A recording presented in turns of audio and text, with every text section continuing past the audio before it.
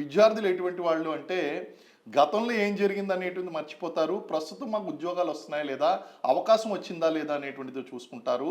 ఆ విధంగా విద్యార్థులు అనేటువంటి వాళ్ళు ఇప్పటికీ కూడా గవర్నమెంట్ దగ్గర అవకాశం ఉంది. ఈ 40,000 ఉద్యోగాలకి నోటిఫికేషన్ అనేటువంటిది ఇవ్వాలి. అలాగే 2,00,000 ఉద్యోగాలు ఇస్తాము అని చెప్పారు కాబట్టి ఆ 2,00,000 ఉద్యోగాలు అనేటువంటివి ఇవ్వాలి. అయితే ఇక్కడ మీరు గుర్తుపెట్టుకోవాల్సింది ఏంటి అంటే గవర్నమెంట్ 2,00,000 ఉద్యోగాలు అన్నది, అందులో కాంట్రాక్ట్ ఉద్యోగాలు ఉన్నాయి.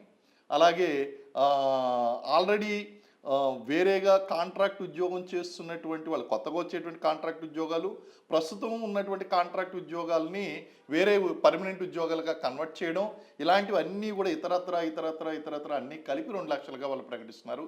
ఏదేమైనప్పటికీ కూడా actions are louder than the voice. మీరు మాటలు ఎన్నైనా చెప్పండి, people do see the actions అనేటువంటి చూస్తారు. కాబట్టి వరస పెట్టి ఇప్పుడు ఖచ్చితంగా ఇక్కడ సర్పంచ్ ఎలక్షన్స్ ఉన్నాయి కాబట్టి సర్పంచ్ ఎలక్షన్స్ నేపథ్యంలో ఈ ప్రకటన అనేటువంటిది వచ్చింది. ఈ ప్రకటన తర్వాత మళ్ళీ ఏం జరుగుతుంది అనేటువంటిది విద్యార్థులకి కొంతవరకు నమ్మకాన్ని కోల్పోయారు. కాబట్టి గవర్నమెంట్ స్టూడెంట్స్ యొక్క నమ్మకాన్ని సంపాదించుకోవలసినటువంటి అవసరం ఉంది.